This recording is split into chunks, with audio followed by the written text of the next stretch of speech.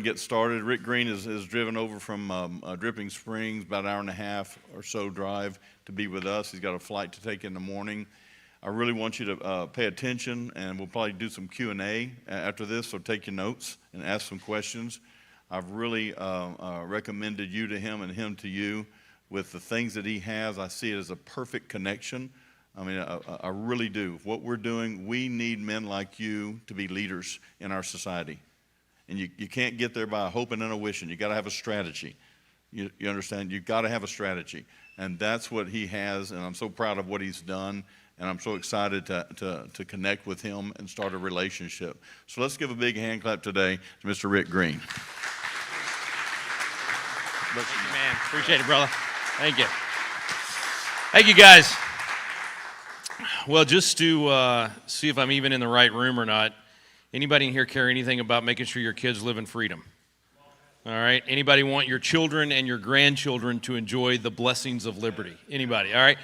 There was a guy in the founding era named George Mason, Colonel George Mason from Virginia, and he said it this way, and it's actually in his Virginia Declaration of Rights, and we find it in a lot of state documents now, but he said that no free government nor the blessings of liberty can be preserved to any people but by a frequent recurrence to fundamental principles. What he's saying is, if you want the outcome of freedom, if you want the effect of the blessings of liberty, you got to know what the cause is that causes that effect. You got to know what the principles are that produce that. So it's basically, if you take a sports analogy, it's going to spring training. You can be the best athlete on the planet, you can be the best musician in the world, you go back to doing the scales, you go back to doing the basics, you go to spring training. Any team that does not do spring training is going to have a lousy year. Any athlete that skips spring training is going to have a lousy season. If the whole league skips, then the league is in trouble. America's in trouble because we stopped doing spring training for citizens. We stopped teaching ourselves what the inputs are that produce a good output. We stopped teaching ourselves what makes a man, what makes a leader that will cause a society to thrive. And you've heard the cycle, you've probably seen it a lot on the memes, tough times make for tough men make for good times make for soft men lead us into tough times, right? So it's tough times make for tough men. And just think about James, right? Count it all joy when you experience various trials, because God's using that to teach you to persevere so he can make you perfect and complete, lacking nothing, right? So tough times, you want to have the good times, you got to have the tough times to make for the tough men that deliver good times. Now you got the good times, and you get fat and happy, right? We get lazy. We start enjoying the good times. America's been enjoying the good times for so many decades that we're now soft. So now we're a bunch of snowflakes, not ready to defend and protect and preserve or even know what the causes are for the effect of freedom, which, of course, leads us into bondage and tough times. So we're just now starting to enter the tough times in America. So all the nonsense going on in our country right now, all the chaos, all the terrible things that are happening, you might say, oh my goodness, could it get any worse? Let me just tell you, yes, it can get a whole lot worse. This is the beginning of tough times. I have a theory that we could actually interrupt that cycle and prevent ourselves from having to go into 1,000 years of darkness or 70 years of captivity, if you want to talk Old Testament style, 3 generations essentially.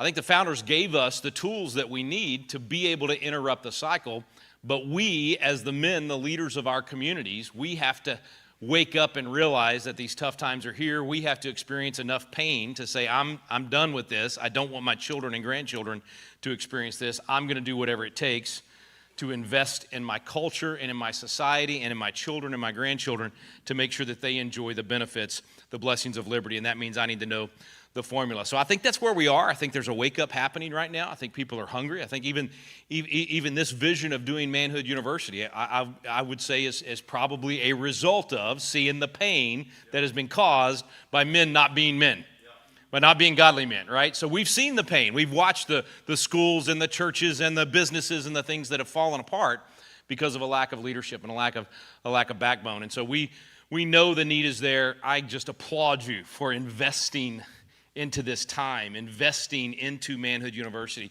investing yourself into this, saying, I want to do more, I want to be more, I want to be better, I want to be a vessel that God can use in whatever arena. And some of you it's business, some of you it's ministry, some of you it's going to be education. I mean, whatever your particular calling is, whatever God's called you to. We were actually doing Jeff was interviewing me this afternoon, and we were talking about, people have to find what it is that God's called them to. What is that sweet spot for them? And I always use Eric Liddell as an example. He was the great Olympian that the movie Chariots of Fire was made about, and Liddell said that he had found his purpose. He said, when I run, I feel God's pleasure. Right? Now, I don't know about you, but when I run, I don't feel anybody's pleasure. Like, not God's pleasure, not nobody's pleasure, all right? Because I was not made for that. He was made for that, man. That's what God designed him to do. He was in the sweet spot of God's perfect will. And we often spend our time in his permissive will. We're doing things that are good things. It's not that they're sinful things or that they're wrong, but they're just not what we were designed to do. In fact, I was with a friend of mine last weekend doing a program, and I'd never really heard this data, but it had great research behind it. And he was saying basically 80% of guys don't find the sweet spot. They actually spend their life doing decent things or good things, hopefully, but they don't find that place where when they're asked, do you believe you're doing what God really called you to do? Are you in the sweet spot? Only about 20% end up finding that. I think you guys are going to be more like 90% finding that sweet spot because you're spending the time. You're investing in what it means to be a godly man. You're investing in what does it mean to actually get results? What does it mean to be used by God to be a blessing to others? So first of all, just for you individually, thank you. Thank you for being willing to do that. But I'm also saying that, frankly, selfishly, because we need you. Man, our nation desperately needs you. Our world desperately needs you to step up and lead. And we don't have a lot of time, I don't think, to keep from sliding into 1,000 years of darkness. I'm a student of history. I'm just telling you, we're falling apart as a nation right on time. Most great civilizations fall apart at 250 years. We are 2 years and 35 days from our 250th birthday. So this document right here, the Declaration of Independence, was done almost 250 years ago. 248 years ago, we started as a nation, birthed our nation. So we're right on time as far as falling apart. Now, that doesn't mean that we have to fall apart. If enough of us wake up at the beginning of these tough times and say, no, I'm going to do what it takes. God use me, and it may be his will that America falls apart. I can't promise you one way or the other. I don't know. But I do know he's placed us in a position where we have the ability to actually lead our nation back to the biblical principles that made America great in the first place. And if we do that, we have a fighting chance. Now, I can't guarantee you we're going to save America, but I do think we got a 50-50 chance of turning this thing around if enough men will stand up and say, I'm going to get back to what made America great in the first place, which is, we're not going to go through a whole presentation on this. If y'all have questions about it, I'd be glad to answer it. But I just tell you, America's built on biblical foundations. 247 men considered to be the founding fathers of this country. 95% of them were outspoken Christians, lived it, talked it, spoke it, wrote it. In fact, you look at the quotes that the founding fathers used when they spoke publicly or when they wrote things. And actually, at the University of Houston, Don, I can't remember his last name, professor, they did a study. He studied 15,000 of their writings. And everybody thinks, well, John Locke, that's who they quoted the most. Well, they did quote him about 2.9% of the time. Or Blackstone, about 8% of the time. Montesquieu, about 8% of the time. They quoted the Bible 34% of the time. It's the number one source that they quoted. So the reason I'm telling you that is because we know the Bible is the answer. We know that the Bible has the answers for everything in life, every challenge that we face. What we tend to do is have this attitude of, I don't want anybody to tell me what to do. I'm independent. I can figure this out on my own. That's kind of our natural tendency to try to go that direction. The best analogy I know for this, I got a truck. My wife got a brand new pickup truck, and she lets me drive it once in a while. It's really nice. It's a Dodge Ram 1500. Mine's an old 2012. Hers is new. We're driving off a lot. She's driving, of course. I'm the 6-year-old pushing all the buttons and opening all the compartments, trying to figure out, what's cool in this truck. And in the glove box, there's, guess what? The instruction manual, right? Who wrote the instruction manual for that truck?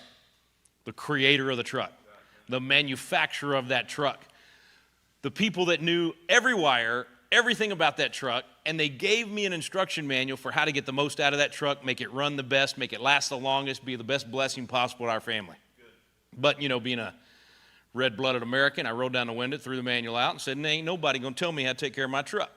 This is my truck. I'm going to do what I want with this truck. Then we pulled into the gas station. My wife's pulling over by the gas pump. I said, no, baby, I know we bought a gas truck, but today I feel like a diesel. How far you think we're getting out of that driveway before that beautiful Dodge Ram pickup turns into a Chevy and breaks down? Right? Because my feelings don't have anything to do with it. The question is, how did the Creator make me? How did he make that truck, right? We have the instruction manual for life. God's given us the instruction manual that tells us how our bodies work, how our brains work, how our relationships work, all of the things that we need, how a nation works. You know, the Bible actually speaks to taxes. Talks about what kind of taxes are biblical and what kind aren't. Godly taxes versus not so godly taxes. You know, the Bible talks about minimum wage. Jesus gave us a whole parable on minimum wage. Every issue you can think of, everything the legislatures fight about, everything going on in Congress, everything your school board is discussing, all of it, the Bible addresses it. There is nothing off limits. And I just want to ask you a simple question, guys. What part of your life is the Lord not Lord over? Because that's the only area we ought not be preaching about on Sunday morning or talking about in our Bible studies or being willing to stand up and speak on. There is no area of our life that the Bible's off limits. And for too long, we have receded from the culture and let people that do not share our values take over our governments, take over our businesses, the Fortune 500 boards, all of it.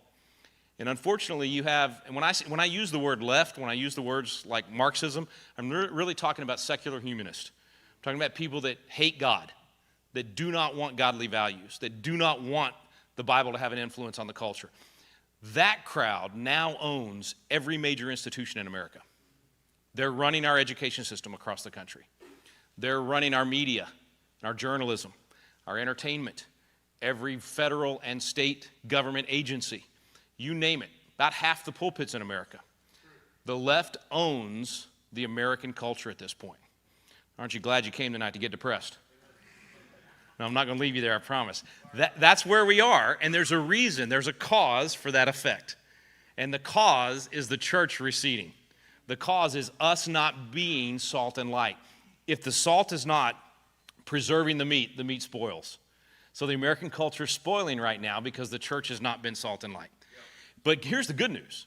When we are salt and light, the salt not only preserves the meat, it brings out the best flavor of the meat. It actually causes the culture to do better. When godly principles are infused in everything in the culture, in fact, just think about it this way. When people tell you, Christians aren't supposed to be involved in quote-unquote politics or whatever, think about this. What would it look like in your neighborhood if everybody in your neighborhood lived by the motto, I'm going to treat others the way that I want to be treated? So I think I've read that somewhere. Anybody recognize that? Just think about that. How different would society be if we were infusing into the culture, hey, let's all treat each other the way we want to be treated. Let's make sure our legal system works in such a way that everybody's treated the same because we want to treat each other the way we want to be treated. Let's make sure that we're serving each other in that way. That's a biblical concept. What would happen in our society if we had blind equal justice where everybody was treated the same in court? Doesn't matter the color of your skin, doesn't matter the church you go to or don't go to, doesn't matter the political affiliation, rich or poor, what part of the country you're from, because you could be from the north and talk funny. They believe me, you don't have to live up north very long before you start talking weird. It doesn't take long. If you come down from the north, we'll have you talking right. All right? My point is, everybody's a little different. The thing is, we want to be treated the same in the court system. That's a biblical idea. Neither Jew nor Greek. Treat the rich and the poor the same in the court. Biblical justice is what we used to call that. And that became equal justice, blind justice. That's why when you see the statue, it's literally a blindfold over Lady Justice. What do we have now? We have what we call social justice, and what that is a Marxist idea that I'm going to treat you different in court depending on the color of your skin. So not the content of your character. MLK's spinning in his grave right now because we're treating each other based on the color of our skin, what church we go to or don't go to, rich or poor. That changes how we're treated. That's a bad effect for a bad cause.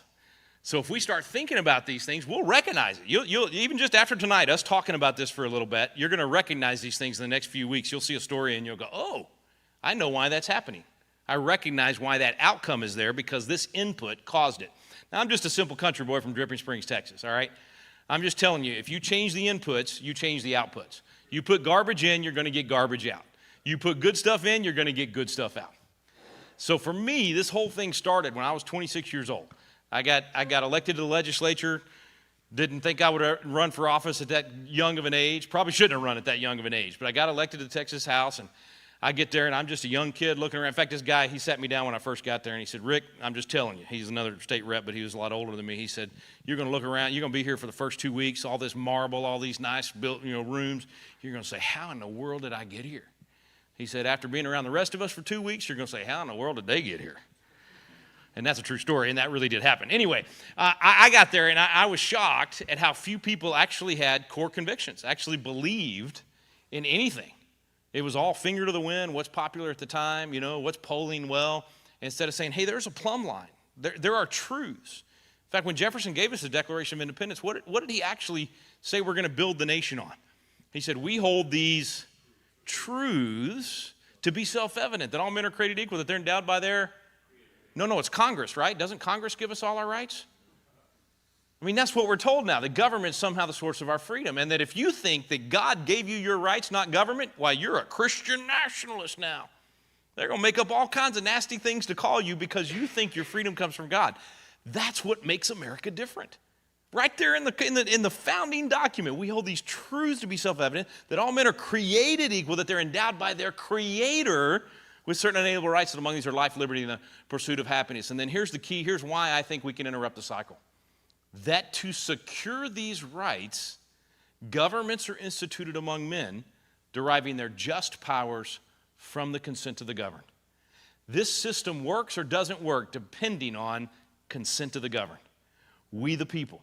If we are being a positive light, if we are being a biblical example, if we are being salt and light in the community, then we're giving or refusing our consent based on biblical values, and it changes what the whole nation looks like. If we step out and we're not giving our consent, either government assumes you've consented, takes over more and more of your life, tells you how to raise your children, how to take care of your property, how to run your business, or people that don't share your values take over, give their consent for a totally new formula of what government's going to look like, and that's how we end up in the mess we're in. So all I'm saying is, you have at your fingertips the ability to change this culture back to not just a nation that asks for God to bless us, but a nation that blesses God in the way that we live out the freedom that we've been given. So for me, when I got to the legislature and I realized, man, there's so few people here that have a plumb line, that have that foundation, I said, we've got to change this. We've got to raise up a new generation that actually gets it. Kind of a Josiah moment. You remember when King Josiah reads the scroll and goes, wow, that's who we're supposed to be as America, not as Americans, as a nation, as the children of Israel. That's what our foundation is. That's how we're supposed to live. That's how God wants us to do this. As Americans, we need to do the same thing. We need to take out the scrolls and say, you know what? This is who we are as Americans. We believe in truth, moral absolutes. Boy, that's not very popular today, right? We hold these truths. You mean it doesn't say being randomly gathered protoplasm? We've considered for the moment that if it doesn't offend any particular special interest group, we might for a moment try. That's not what the Declaration says, right? It's not moral relativism. It's moral absolutes. Now, does it mean the Founding Fathers got it right? No. Founding Fathers, guess what? I've been studying these guys for 30 years. I'm going to shock y'all tonight. Founding Fathers of America were sinners. They were human. They did evil things. Just like you and just like me. They were sinners in need of a Savior just like you and me. And somehow, some way, God used these flawed men to put in place not only the Declaration but the Constitution that would lead to the greatest, most powerful, most free, most benevolent nation the world has ever known. Somehow, some way, we have been blessed to be recipients of that. Even if you're here from Peru or wherever you're here from, you've been blessed by the American foundation and the American formula. America's been the most benevolent nation in history. Think about it, 1945, every nation in history, anytime they had a technological advantage in war, what did they do with that? Started conquering their neighbors. Immediately, you went on the attack. 1945, America has the bomb, no one else. We could have controlled the entire planet. What did we do? We took that weapon, we used it to end a war, and then we took our money and went and rebuilt the nations that had attacked us. We took that weapon and used it to free and liberate people around the world. Now, today, on most college campuses out there, and by the way, if you were unfortunate enough to go to an American college recently, or God forbid you got a graduate degree or a law degree like I did, I just want to fix your indoctrination with just one quick question and one quick fact. We'll just turn around all of that leftist indoctrination you received. The question is this: If you want to know whether or not America is a great nation, whether or not it should be defended, whether or not it's a value system you want to pass to your kids, very simple. Are people trying to get in? Are they trying to get out? I mean, I'm just a country boy. Look, the results speak for themselves. You notice ain't nobody digging tunnels to get into North Korea.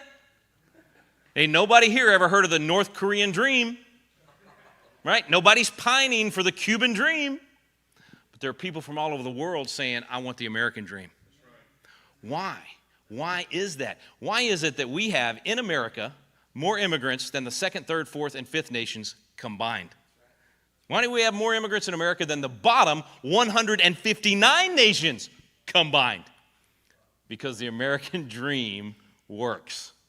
And the reason the American dream even exists is because of the biblical foundation of truth, believing in a creator, exercising those rights, knowing that life, liberty, and the pursuit of happiness happens because God gave it to us, and we institute governments that don't give us those things. We institute governments that protect those things. I'll say it again. Jefferson said it this way. He said that to secure these rights. So the whole purpose of government is to secure your rights to life, liberty, and the pursuit of happiness. That to secure these rights, governments are instituted among men, deriving their just powers from the consent of the governed. That's what we've been given, men. Jefferson's next line was pretty important for us. He said that when any government becomes destructive of these ends, what ends? Life, liberty, pursuit of happiness, truth, the ability to give or refuse your consent. That when any government, any form of government becomes destructive of these ends, it is the right of the people to alter or abolish it. Now, I am not for abolishing our government. I don't want anarchy. I don't want mayhem. I don't want to start over. I do want to alter our government back to the foundational principles of limited government, individual liberties, free enterprise, timeless truths, lives, liberty, and the pursuit of happiness. So I say all of that to say that our nation desperately needs men to step up with wisdom, knowing what are the inputs that will produce the outputs so that my children and my grandchildren can live in freedom.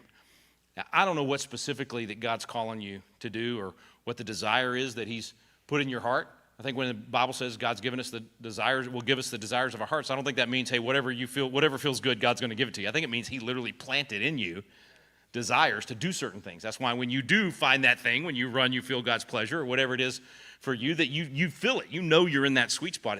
You've lined up with the laws of nature and nature's God, and you're actually enjoying what he's called you to do. And if you're not there yet, that doesn't mean freak out or panic. It means keep searching for it and keep doing things just like this to find that thing that he's called you to.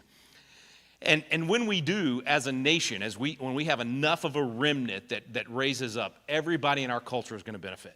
So even the non-Christian is going to benefit from Christians influencing what's going on in our government. The Muslim, the atheist, the Buddhist, whoever they are, if they live here, the sojourner, whatever, they will benefit if Christians are living out biblical precepts, because God's way is not only right, it works best. I'll give you just one example. When you think about taking care of the poor, does the Bible tell us to have government take care of the poor? We're supposed to take care of the poor, right? As individuals or as the church, philanthropic groups, when you pay taxes and you have government go take care of the poor, 30% of every dollar you're paying gets to the person in need. When you donate to your church or to a philanthropic group, 60% of every dollar on average gets to the person in need. God's way is twice as effective as man's way, trying to do it through government and sound like, and most of the time with government, what's happening is somebody, virtue signaling, I'm going to go do all this stuff, and what they're really going to do is take your money and go do all this stuff, right? Whenever we actually reach out to people and we're the ones helping that person in need, now we build a relationship. Now we're able to disciple them rather than just writing a check. What a difference, right? Because we see the negative effects of just when you just write a check to somebody or you just give some sort of welfare to somebody, that doesn't help them like a relationship does. That doesn't disciple them. It doesn't teach them how to fish.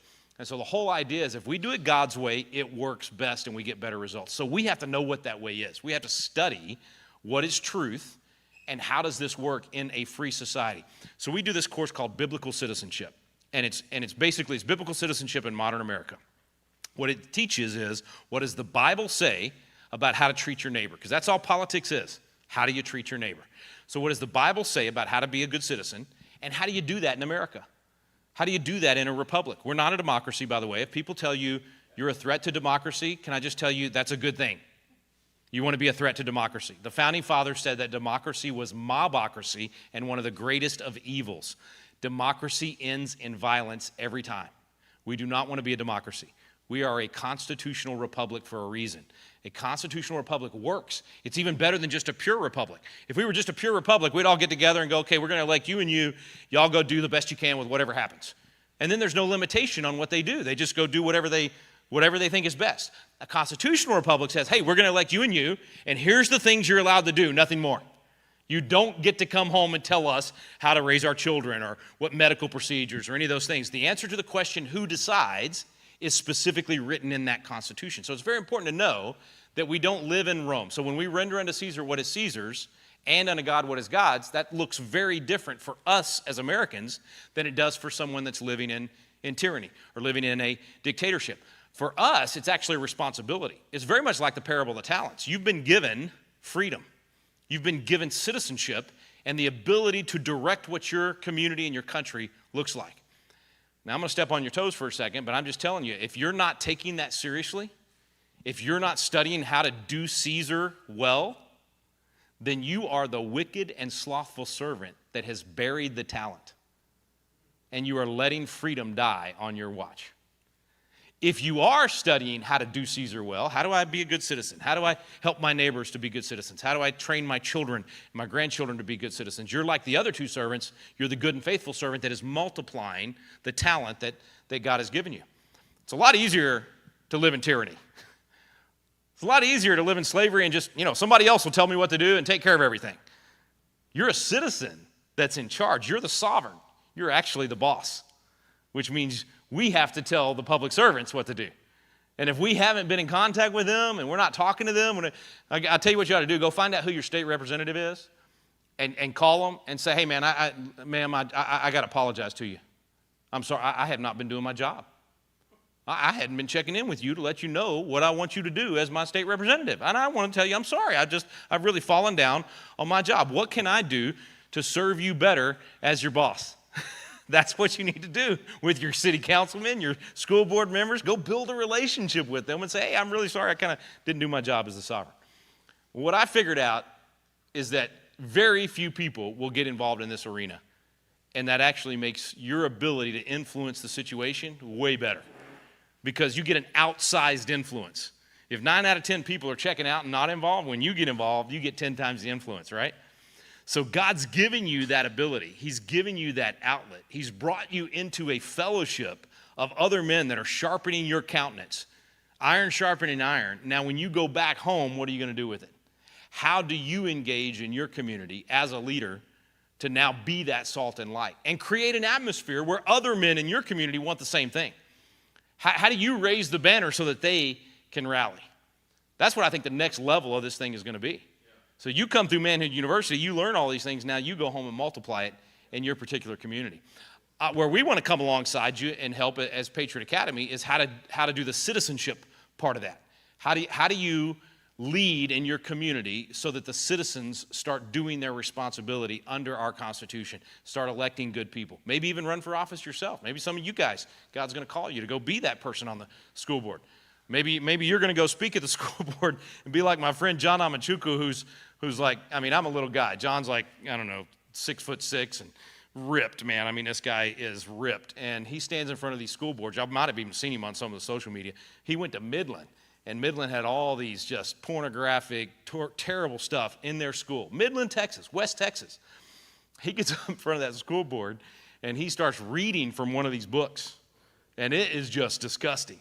And then he looks at the school board and he said to the guys, to the men on this school board, you either get rid of this book out of your library tonight or you're a punk or you're a pervert. You're a punk or you're a pervert. And the whole group behind him, a bunch of pastors, start chanting with him. Anyway, be like Pastor John Amachuku and stand up and speak truth. By the end of that night, the Midland School Board was saying to that group of pastors, just tell us which books to get rid of and we'll get rid of them. They capitulated quickly because they knew the community was standing up and saying no. They knew that these leaders in the community were, that's all, I mean, we just need people to stand. We need men with enough backbone to make a freight train take a dirt road. We need men that are, we need men with enough backbone to make a freight train take a dirt road. You willing to stand up and say, I'm standing on truth, and I will not capitulate out of fear. In fact, let me just give you Patrick Henry. This is how he started his give me liberty or give me death speech. He said, according to the magnitude of the subject ought to be the freedom of the debate. Only in this way can we arrive at the truth. Should I hold back my opinion out of fear of giving offense, I will offend the great creator of the universe. He said, I'd rather offend you than offend God. I'm going to make sure I'm honoring God, and if that offends, then sorry. If I step on your toes, I apologize. My intent is to stomp on them because we're trying to wake people up to the truth. Right? That's the reason that the lies have been able to march and the evil is marching across. How do we get to the point where we don't even know what a woman or a man is anymore? Because we don't teach truth anymore. We have too many people willing to say, well, I don't want to say that there's actually a right or wrong. It might offend somebody. We actually started teaching our teachers that they're not allowed to say to a student that something's right or wrong because that would be like a moral position and they shouldn't do that. We actually said in 1980 in a case called Stone v. Graham, the United States Supreme Court said, you can't have the 10 Commandments on the wall in a school. They said, if you put the 10 Commandments on a wall in a school, they said the kids might see them. They might read them. Why, they might study them, and then they might obey them, and that would violate the Establishment Clause. Let's see, don't murder, don't steal, don't deceive, honor your father and mother. How many of you would like to live in a neighborhood where the neighbor actually thinks stealing is wrong? How many of you would like to live in a neighborhood where all the neighbors think murder is wrong? How would you like to live in a neighborhood where the other parents are teaching their children to honor their father and mother? Right? Why would we want that? Because it works. That's why it's so important that we teach right and wrong and teach truth. So moral relativism is failing the country completely. The pain is real. People are feeling it. The crime is through the roof, and they're starting to say, okay, there's got to be a better way. Somebody tell me, what's the better way? You have the answer for the better way. You have the ability to bring those answers to your community. You're very much in that position of Robert Fulghum. He was studying under this philosopher named Papadouros in Greece, and I forget the island he was on, but anyway, he's studying under this philosopher, and he's sitting in class, and I don't know if you've ever been in a class where the professor or the teacher's lectured for an hour and a half, and then they say, are there any questions? So if that happens, you don't ask questions. Nobody in the room wants you to ask a question because they're ready to go home, right? Well, Papadouros says to this group, are there any questions? And Fulghum raises his hand and says, Professor, what's the meaning of life? To a philosophy professor after an hour and a half lecture. Now, nobody in the room wanted to hear that, but Papadouros looks at Fulghum and he stared at him for about 30 seconds. Didn't say anything, just stared at him. And then he said, I sense a ring of sincerity in your question. Therefore, I'll give you a sincere answer. He said, when I was growing up here in Greece, it was a very, very poor family. We didn't have any toys, nothing to play with. And the Nazis had taken over. And they controlled where I lived, and there was a Nazi officer on a motorcycle, had a motorcycle wreck. They cleaned up the motorcycle. They left a piece of the mirror behind, a broken piece of the mirror. He said, I took that mirror, and he said, I made a toy out of it. He said, I smoothed out all the edges, and it became my toy. Yeah, and he said, I figured out I could just kind of catch the light on that thing, shine it on things. I got really good at it, and I'd catch the light on it, shining in my friend's eyes and do different things like that. And he said, one day I figured out I could actually catch the light on that mirror and reflect the light into places where the light had never shone before. He said, that's the meaning of life. It's not to be the light. It's to be a reflection of the light, be a conduit of the light, be a hope for other people. And Papadouros reached in his pocket, did an amazing thing. He pulled out that mirror, caught some light coming in from the window, shined it right into Fulghum's eyes and said, now, are there any questions? It's a great way to live, guys. We have the light of the world. In many ways, our world is dark right now. We have the light of the world to reflect into all of our communities. We have the answers to every question right now. Every problem we're dealing with. Every situation that's going on with the culture sexually. What's going on with us educationally. What's going on with us economically. What's going on with us politically. All of it. There are biblical answers for every single piece of it. But we got to stand up and speak truth. We got to have the backbone to say, I don't care if people are offended. That doesn't mean we have to be rude. Doesn't mean we have to say it in a way. I mean, we need to be smart about it, right? We need to be wise. We need to be like Paul. He was able to speak to any group in their language, in their vernacular, and be able to speak to that group and take his values didn't change. You're not selling the gospel out. You're not doing it, but you're speaking in their language in a way that they can understand. So we got to be smart about how we do this. I'm not saying we just run out there and try to offend everybody.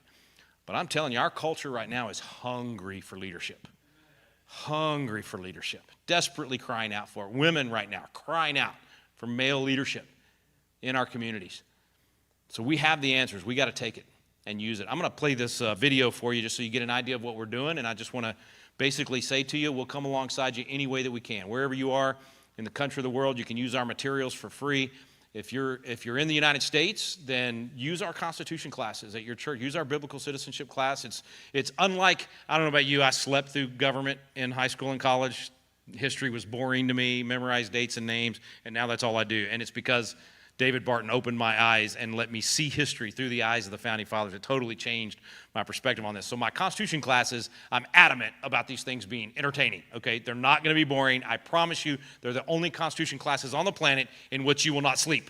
You will actually stay awake, I promise. Anyway, I take you into Independence Hall. I teach the Constitution where it was framed. We go march with the Minutemen at Lexington for the shot heard around the world. We go to MLK's church where he grew up, and Alveda King, his niece, goes with us and tells us the stories about her dad, and as she said, Uncle Martin, and all the things that they did. I mean, we got some killer stories in these classes. So check those out, get them for free, and invite your friends and family over to your home or into your church, and just get them to watch the videos and then talk about it. Let that iron sharpening iron happen.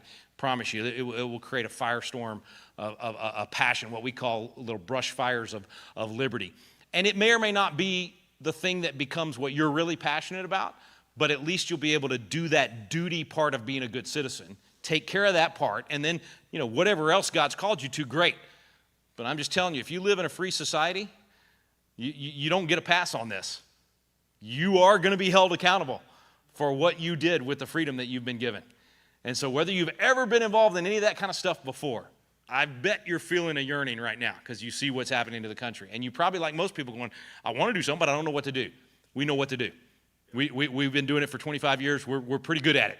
And our graduates are now serving in Congress and legislatures and school boards, making movies, doing everything you can imagine in the culture, being a positive influence in every arena. We want to come alongside you. Send your kids to our Patriot Academy Leadership Congress at the Capitol. It's a great opportunity for them to be the legislator for the week and really learn what it means to be a good citizen. That's 16 to 25-year-olds. We're building a campus out in Fredericksburg. You'll see a little bit of that on the video. And it's a great place for you to come get some good handgun defense training. We got the best handgun defense program on the planet, best instructors, best ranges. You'll have a great time of fellowship, and you'll walk out of there competent and confident.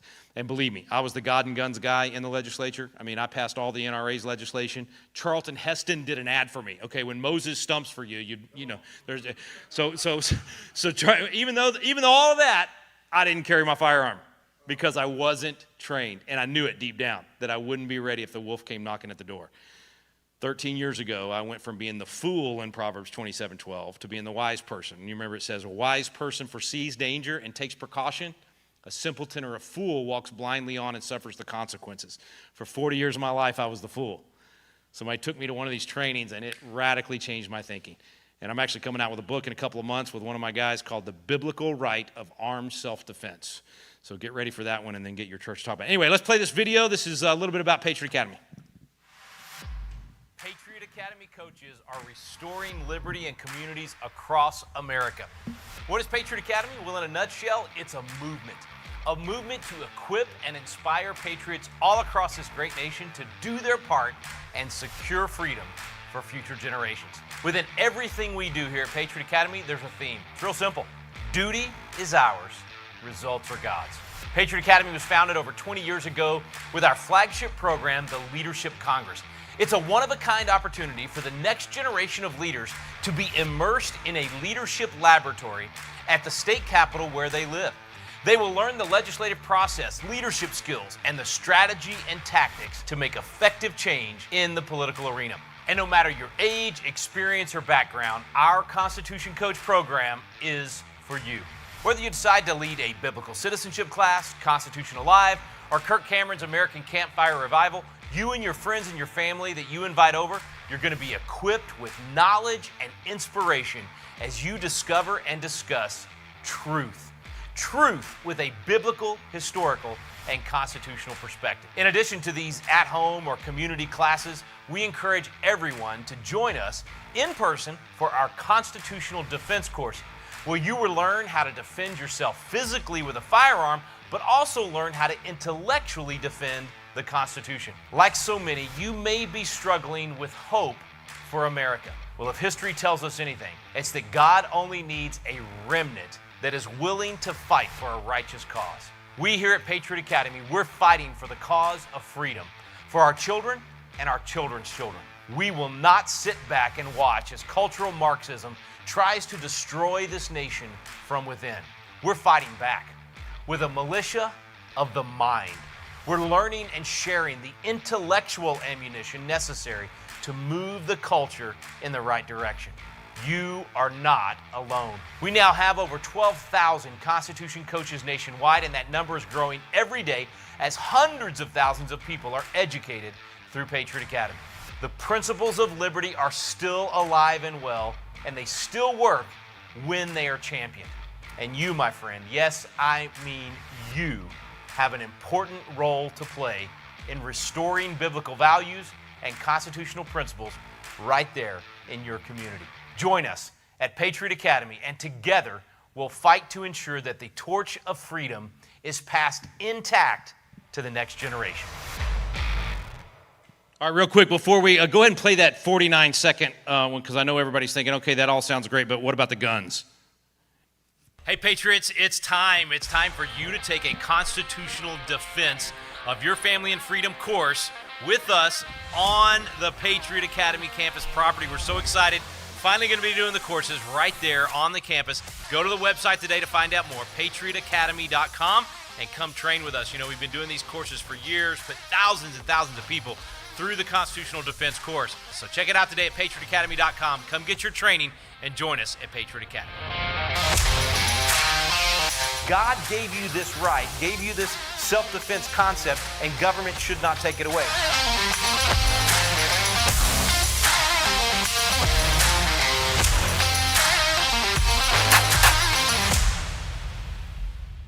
And bring your wives with you. 55% of our trainees are women, and the other 45% are typically drugged there by their wives.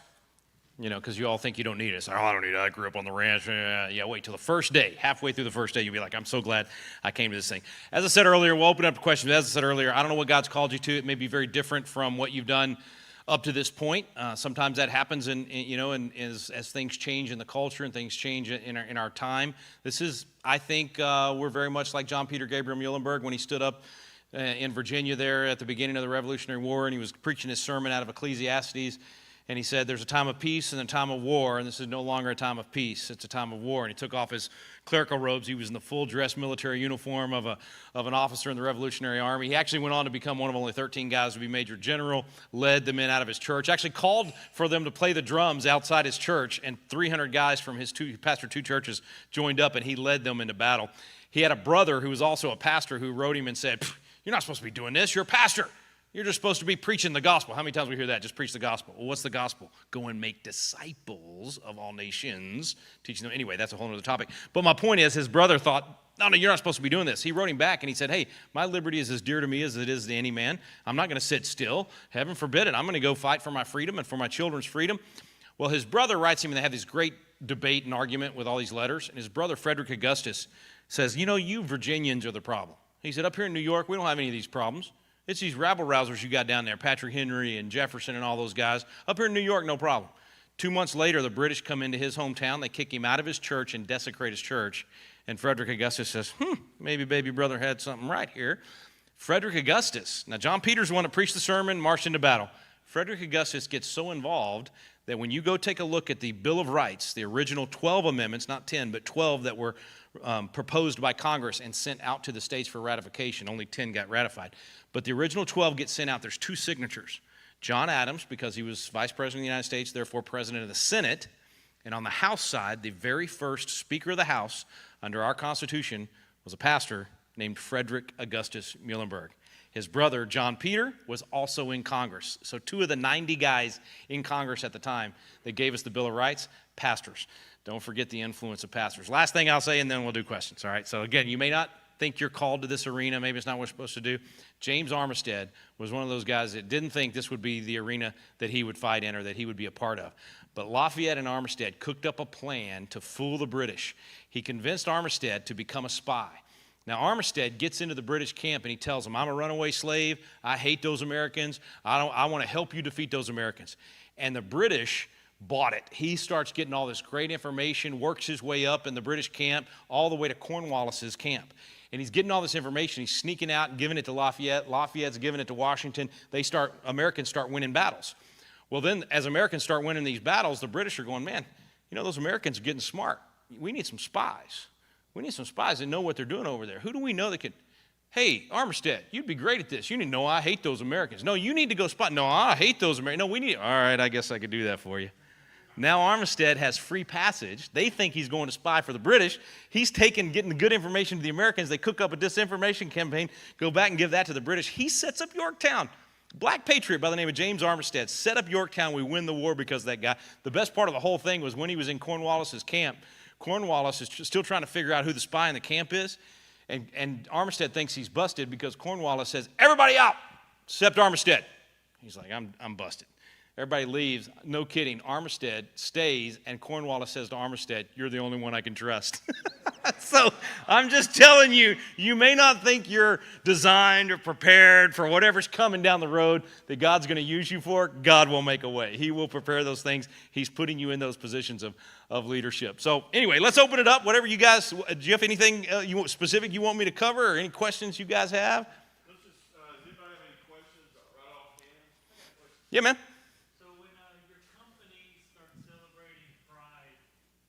And start putting on the screens at the workplace, celebrating the deviant behaviors associated with pride. What do you think about picketing the company?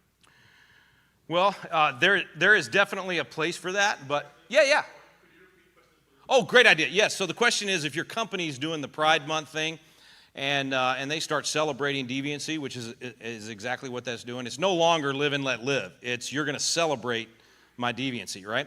Then is picketing appropriate? Is that a good way to go about it? Every situation is a little bit different, so I can't give a blanket answer on that. I can tell you a great testimony of what happens when believers get involved, and I'm actually going there. That's where I'm flying tomorrow, is to Lake Wales, Florida, where a pastor who ended up going to one of our Liberty Pastor events and got fired up about getting engaged, got elected mayor of the town, and the first thing he did was ended Pride Month and instituted Fatherhood Month in June. Totally changed the whole culture. Well, that's what happens when men of God get involved and actually are a positive influence in the culture. Now, obviously, if you're working at a company and you're not the CEO of that company or the board of that company and you can't make that decision and they're making the decision going the other direction, then you got to decide, okay, how do I best have a positive influence on this thing? How do I best push back to the point of, sometimes, I told people during I don't call it COVID, I call it the COVID stand crackdowns, because it was the government overreaction to COVID that caused the problems, not the virus itself. But when all of that stuff happened, I said, some people you're gonna have to stand up and lose your job. You're gonna pay for freedom by standing up and losing your job and being able to tell your story and share with others, and there's a price to pay. There are people right now that are in jail paying the price to stand up for freedom. So sometimes you may have to stand in a way that does cost you a job. My goodness, look at what Joseph went through. A friend of mine last weekend was just saying, guy had to go to jail, he had to go into slavery, he had to do all these things just so he could learn Egyptian so he could lead the country later. I don't know, God was doing a lot of other things with him, but I guess that was part of it, right? I don't know what you're going to have to go through to be ready for that moment, for such a time as this that God's called you to, that may be 10 years from now, 5 years from now, whatever it is. He knows all those pieces of the puzzle. I don't. I do think there's a proper time for protest. I think that's an essential part of the First Amendment and the ability to petition the government for redress of grievance, or to just stand for what you believe in and have freedom of speech. There's obviously questions at the workplace if you're creating a distraction at work or whatever, that there's not a constitutional right to be able to do that. But so it's hard to answer that question, generally speaking. I do think we have to start standing up against this. I mean, you can do it a lot like what Kirk Cameron does. I mean, with his book on pride, his Brave book that he's got on pride is a fantastic way to teach your kids why pride's actually a sin, why pride comes before the fall. Jordan Peterson just put out a video on this whole thing about why in the world are we celebrating pride. Pride's evil. Pride's wrong. It actually ends up hurting a person. And I'll tell you, and this may hit home for some of you. So when Kirk first started doing stuff with us, we were doing the first class we did with Kirk. We're doing this live class on Zoom, and he was wearing this shirt that had like I can't remember it's some product, y'all might even know, but it was like a chicken with an AK-47. And it was like some funny shirt. And he didn't even think about it. I didn't think about it. And we do the class, and then he gets some hate mail, basically saying, how dare you have, an assault weapon. People don't even know what that is. But anyway, how dare you have that? And Kirk was like, maybe I need to be more careful and not offended. And I was like, Kirk, dude, you got to toughen up, man. You're gonna have to get some backbone, and that stuff's gonna happen constantly. They're gonna call you every name in the book. 2 years later, Kirk's calling me, going, hey Rick, my publisher wants me to do this new book, release this new book on why pride is bad. In San Francisco. He's like, we're going to have a big rally at the library in San Francisco on this book against pride. He said, do you think that's poking the bear? And I said, Kirk, are you really asking a bear poker whether or not you ought to poke the bear? I said, absolutely, man. And so he did. He went to San Francisco. He went to Philadelphia. So that's a long answer to your question, but we have to start saying no to this nonsense. It's putting a poison in the minds of our children. Even heterosexual, homosexual, any sexual sin outside of the context of God's design, one man, one woman in marriage, we should be saying no to, and we should be saying pride in any of that is wrong. And so, yeah, it's permeating the culture, and it's here in Texas. It's not just in California and places like that. So I say yes, take a stand, but you have to weigh the right way to do it. It's a wise as serpent thing. That's why I can't give you a specific, go do it this way. It's a discernment thing. How do you fight these battles in a way that can win? Having good strategy, just like you were talking about. Anybody else? Wow, y'all are taking it easy on me. That means I offended everybody already? Good. All right, great. Anybody that didn't offend yet? Because I'll come up with something. Okay, yeah, okay. Question, question I'm most often asked is can we save America? Is it too late? I get asked that all the time. Is it too late? Are we at that point in history where there's too much evil at this point? And my answer to the part about is there too much evil is, man, I mean, listen, Abraham had God down to 5? Whenever he's, negotiating for Sodom and Gomorrah, he's like, Lord, if there's just, he started at 50, right? And he gets all the way, I think it was 5, might have been 10. I may have that wrong. Anyway, I mean, I'm telling you, there are millions in America that have not bowed their knee to Baal. That we're all sinners in need of a Savior. We've all screwed up, but there's millions in America that still bow before God and say, Lord, have mercy on us. Help us to do right. Help us to find our way. So I don't think it's too late for America. And I do think it's going to be hard. I think we're going to live with the consequences of a lot of bad decisions over the last 50 years. I don't think you avoid that. That's the laws of nature, and nature's God. It's the way God designed it. But I do think we can have revival in this land. In fact, I think we're in revival. I think we're seeing it all over the country. It's part of what the pain causes as people start coming to God and start asking for. Rick, I think on that concept, I think we are privileged to the Holy Spirit. He lives in us. He leads us. We have the mind of Christ. And the sooner you figure that out, the quicker it's going to be for you to have victory. The Bible says the harvest is plentiful, but the laborers are few. Most of the time we relegate that to salvation. But I would say to you this, just what he said. There's more for us than against us. And if you'll stand up in those situations on Pride Week or whatever, you'll find out that those little sheep are over there that are really biblical people. They really love God. They just have the guts to stand up. And they need you to stand up. And you need to have faith and stand up and say, thus saith the Lord. Let me tell you a few things here about why this is a hurtful way. I've shared some of those statistics, and I've got them for you if you want to see those. It's just not smart to be homosexual. What if you took that approach? let me help you understand that you're 80% more probable to die by the time you're 25 than I am. Wow, so you have those statistics? So I really care about you. I'm not saying you're a bad person, though I might think something like that. I'm saying you're going to die. 70% of the people that go to the emergency room are homosexual. You know that. Only 2% of the population is homosexual. We have issues like that they don't know about. So you use the mind of Christ and give them information that might save their life. Go at it from that perspective. And I think as a leader, you'll be respected. Amen? And you can do that with all of these issues, whether it's marriage or abortion or whatever it might be. Again, speaking the language of the audience. Sometimes, not hitting them over the head with a verse if that's not, that's not going to be received by them at all, is showing them the stats and saying, I'm just telling you there's good, there's principles that produce good results and there's principles that produce bad results. And when you live this way, here's what happens. When you live this way, here's what happens. And I mean, that's the way to win a lot of people over. Yes, sir. My last question.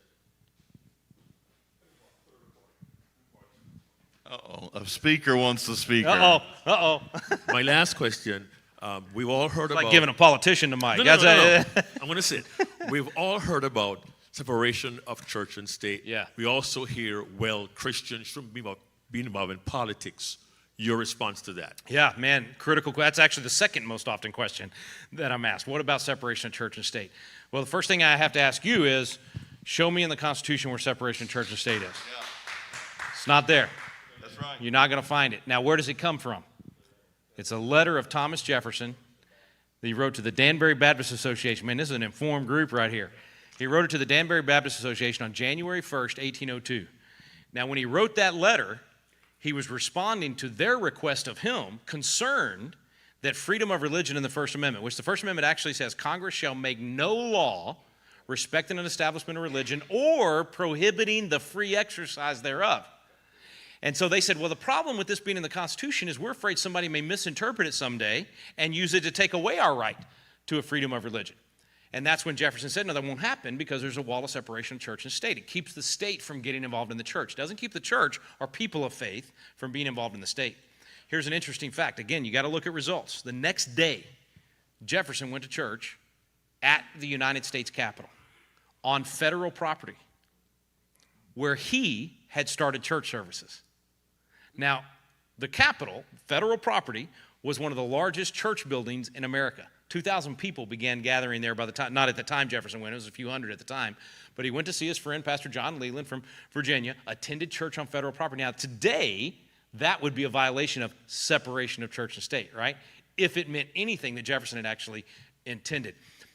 That phrase was virtually ignored by the court for 150 years.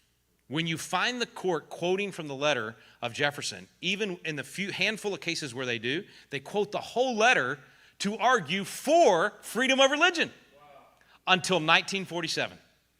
And then a KKK wizard by the name of Hugo Black on the United States Supreme Court flipped it on its head, quoted only the 8 words, wall of separation of church and state, and said, actually, this means that government, you can't allow any religion to be expressed in a government setting, or, turned it into what we now think of as separation of church and state. One decision by the Supreme Court, an unelected, unaccountable group of lawyers in Washington, D.C., right? They changed the meaning of the First Amendment to now be just those 8 words, and that phrase has now been quoted by federal courts over 3,000 times. Now, that's the bad news. And the bad news is that religion was removed from our public square in many, many ways because of that 1947 Everson case. It later would become the Lemon Test. And the Lemon Test would be, Lemon v. Kurtzman was the case that was used to remove God from our schools, remove God from our communities, remove God from our public squares, all of that. And then 2 years ago, a guy named Coach Joe Kennedy got a case all the way to the Supreme Court after a 9-year battle. 9 years he fought that case. And my friend Kelly Shackelford represented him. Kelly's a Texas lawyer from up in Dallas. First Liberty is the name of the organization. And they won. And when they overturned Lemon, it completely reversed all of that discrimination against faith and against religion. And nobody knows it yet.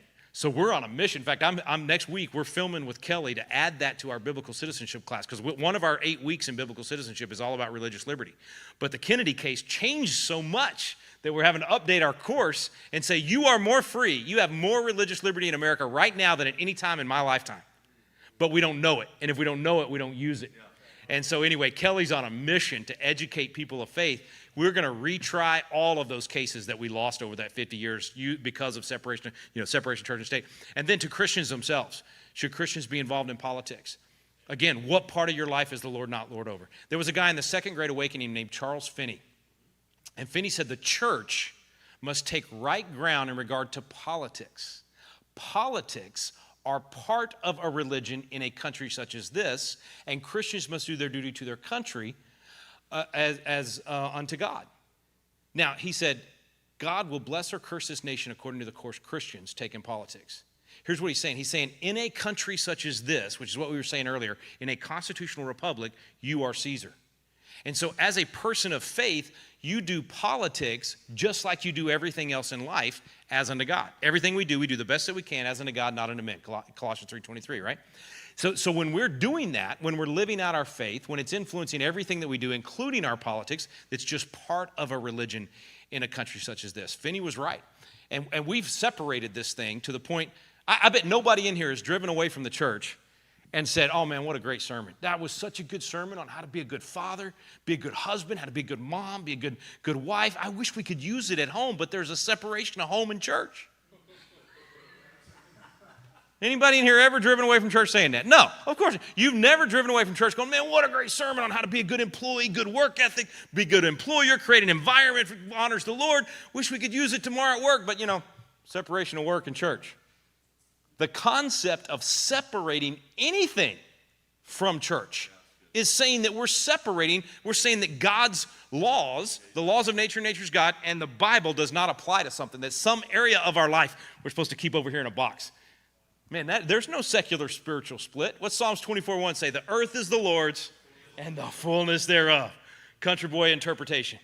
It's all his. 1, 2, 3. Every bit of it. If you don't see God in Hollywood, it's because we're not taking him there. You don't see God in politics because we're not taking him there. Yes, sir. What's our action item? So we like action items. Yeah. We go back to our small communities. We're from Georgia, by the way. All right. We're in Georgia. Okay, yeah, I've been to Macon. That's not far from Eatonton, is it? Yeah. So what's our first thing that we can do to come alongside you or to help you or to influence our community with this? Well, interestingly enough, as I was driving here, I was on the phone with a state rep from Georgia named David Clark, and he's starting next Monday going to be our state ambassador for Patriot Academy. And we're going to be starting Constitution classes and biblical citizenship classes all over Georgia. So he's going to be full-time out there. So I want to connect you with him so that we can get a class started at your church. The easiest thing to do that I can tell everybody in this room can do this, anybody and everybody, I have 12-year-olds that are doing this, is host a biblical citizenship class. We've done it 7,000 times across the nation. 1 million people have been through it, and I can tell you without reservation, 100%, you will find hope. People that come to your home or your church to go through that class will find hope. They will realize they're not alone and that there are answers. And the action steps are all through that class. So every week you'll be like, whoa, jaw on the ground.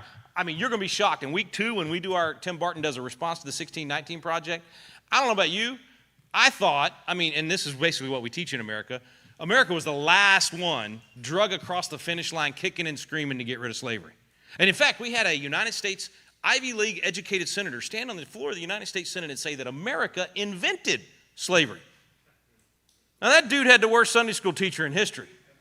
Because I remember this kid named Joseph, sold by his brothers into, I think that was before 1776, right? You heard of Moses? Led the children of Israel out of Egypt I think that was before 17. My point is slavery was a condition of the entire planet. Every nation on the planet had slavery in 1776. In fact, you had black on black slavery, black on white slavery, white on black slavery, white on white slavery, white on red slavery, red on white slavery, yellow on white. You pick the color, every combination. In fact, the first lawsuit in America over chattel slavery was a black man in Virginia suing to keep his slave.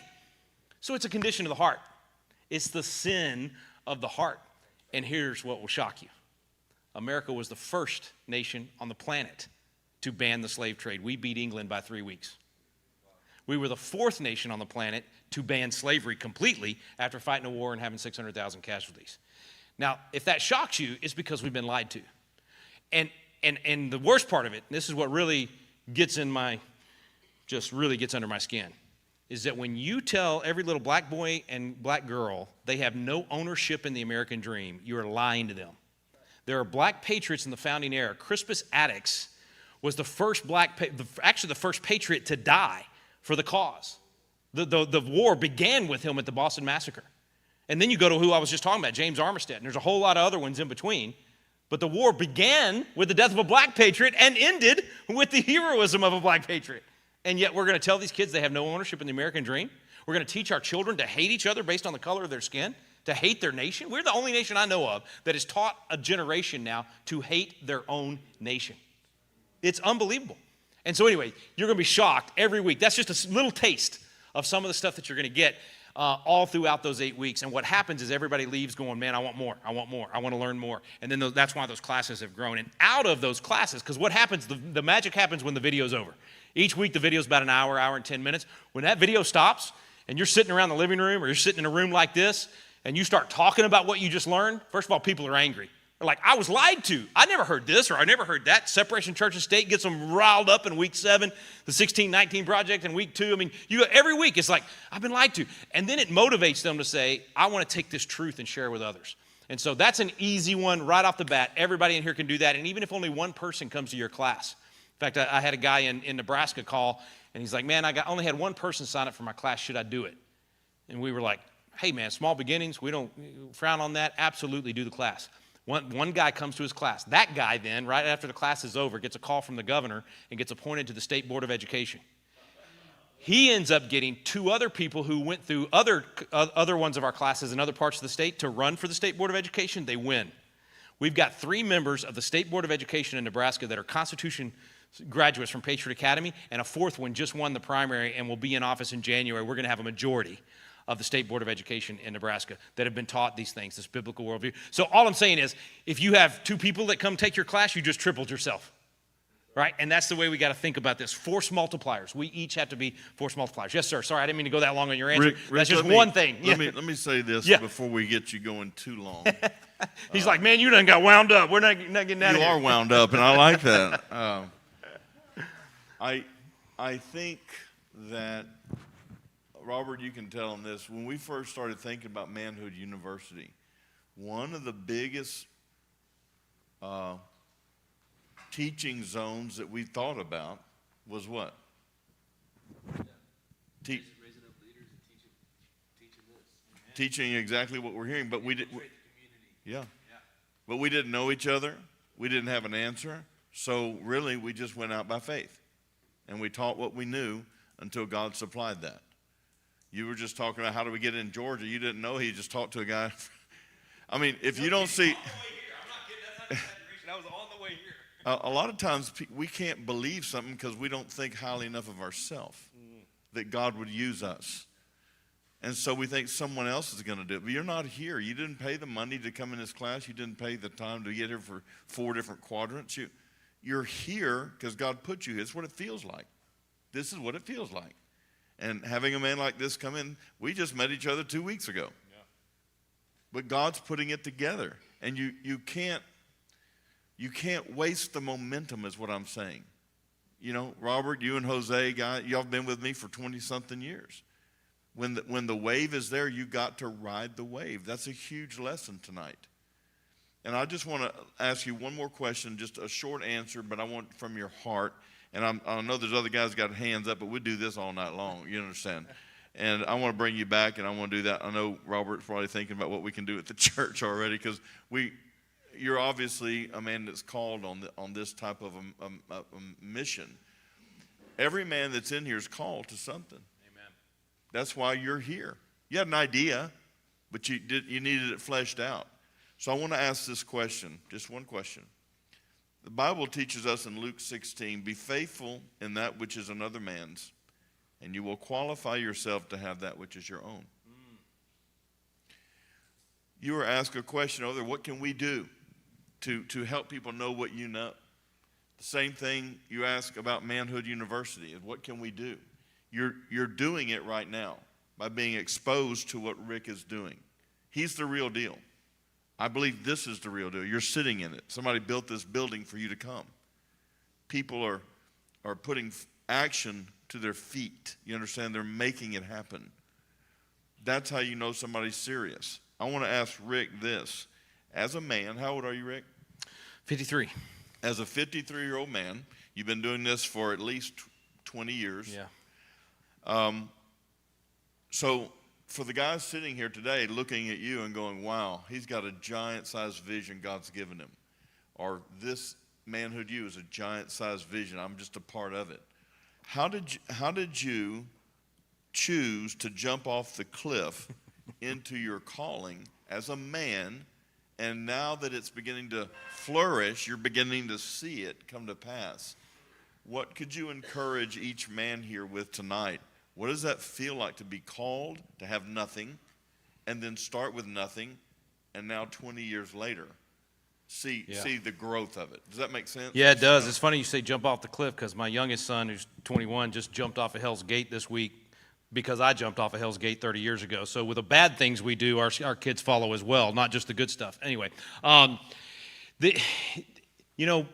failed way more than I ever succeeded at anything, and God used those things to teach me. But I was blessed to have a dad who I could call at any time and learn from, and that mentored me. And I would encourage you guys, find people that you can get that mentorship from that's doing what you feel called to do. God connected me with David Barton while I was in the legislature, and I'd never worked for anybody in my life. I've been an entrepreneur even though I was only in my 20s. I'd already had businesses and done all this stuff, and I knew God was saying, it was as clear as day. You were an attorney, correct? I was an attorney, but before that, I'd done all kinds of different businesses, and it was so clear. God was said, humble yourself and go learn at this man's feet for 2 years, and then you can do whatever you want. But submit yourself to his authority and go learn. Well, 23 years later, I'm still with David Barton and everything and all the other stuff that I'm doing. There's no way any of this stuff would have happened without David's mentorship and help. And God's got somebody like that for you in your life. And maybe you're already there. Maybe you are connected. Maybe ManHood is this university is the way that you're finding that person. So I just think that's critical. Even in the legislature, my first term, I just did stupid things. Like I didn't think about how this would look or that look. And so I put a group together I called my Wise Old Men. And it was my dad and 3 other guys that were older and had a lot of wisdom. And they became my advisors, and it really saved me from making a lot of stupid mistakes. And so that's the first thing I would say is whatever the vision is God's giving you, or as you're beginning to get, if you're just now starting to get a little taste of a vision, start seeking out other men in your life, or maybe you don't even know them. Maybe you just see them doing what it is that you want to do, and go ask them if they would be willing to begin mentoring you. If you believe they're a godly man, that you would want their influence in your life. I think that being willing to humble ourselves and submit and not just think that we can walk right into that, right? Because 23 years ago, what we're doing now, there's no way we would have been able to do it. But God has blessed it over the years, I think, because despite my failures and despite my, trying certain things and they didn't work and having all those different trial and error kind of things, he had a purpose for us. And I think what he honored was my wife and I being willing to submit ourselves to David and Cheryl Barton and learn at their feet, and then be able to move into our ministry as we got older and wiser. But man, I one of the things that I don't think you just cannot. The multitude of counselors is priceless, and we know Solomon was the wisest man, but he sure did a lot of stupid things for a wise man because he didn't think he needed any counsel. He didn't think he needed the people to give him that advice. No matter how successful you end up being, no matter how, whatever that thing that God's calling you into, do not get rid of that multitude of counselors. Find those wise old men, if you can call it that you can surround yourself with. And I'll tell you real quick what I'm sending you home with. That DVD right there is Comedy and Constitution. That's a show we put on. Maybe we'll come do that at y'all's church. That'd be fun. Brad Stein's a riot of a comedian, and a lot of people won't come to hear me talk about the Constitution, but they'll come hear Brad for comedy, and then I can slip in the Constitution on them. Anyway, that'll tell you about doing the gun class with us. Our impact report tells you all the different programs we're doing, and then Saving America Begins With You. That's an old presentation from 13 years ago, but the formula is still exactly the same, and it's all about how citizens can get involved and do this. But I just close by saying this. There's no doubt God's got a vision for you, and he's got a role for you to play in this, every single one of us. And whether your influence is 5 people or 500,000 people, you've got a role in saving this country. And the founders had an attitude, and I said it in the video, duty is ours, results are God's. I mean, that's the only way you're going to have peace and what I think is ahead for us as a nation. I think we're in for some tough times, but I do think we can short-circuit those tough times. But whatever it is that he's got for you, we need you right now to step up. This is no time to sit on the sidelines or, as you said, we talked about this afternoon. A lot of us guys, we discount ourselves or we remove ourselves from the fight because we've screwed up, sin, or whatever it is in our life. And we think, God can't use me anymore. And just look at David and all the rest throughout the Bible, no matter how much they messed up, God's still got a plan for you. And that repentance that you talked about this afternoon, God is so faithful. Yeah. He is so faithful to restore us. And the very places that you may have had failure, and even not just sin, but just dumb decisions, right, where we just didn't do well in business or whatever it was, the very places where we may have had the most pain, God will turn around and restore you, and you'll be the one ministering to other men that are going through that very thing, or you'll be able to help them to avoid that very thing. So just don't take yourself off the table. Don't remove yourself from the fight. This ManHood University thing is probably the best thing you could have ever done to get around these other guys and be able to sharpen each other's iron like this. Oh, my goodness, man. I am thrilled. I cannot wait for this to become a graduate program for our kids that are coming through our Patriot Academy. I mean, I can already see it, brother. I mean, it's like, because I get these guys that are hungry at 20, 23, 24 years old, and they come do all of our programs. But, man, they need this. They need this. So, anyway, I'm just thrilled that we're going to get to partner up, and I'm thrilled to have you guys as a part of what we're doing. So please let us know how we can help. Start those biblical citizenship classes. Come shoot guns with me at Fredericksburg and have a good time there too. And thank you for being a part of ManHood Thank you, Rick. University. Thank you so much.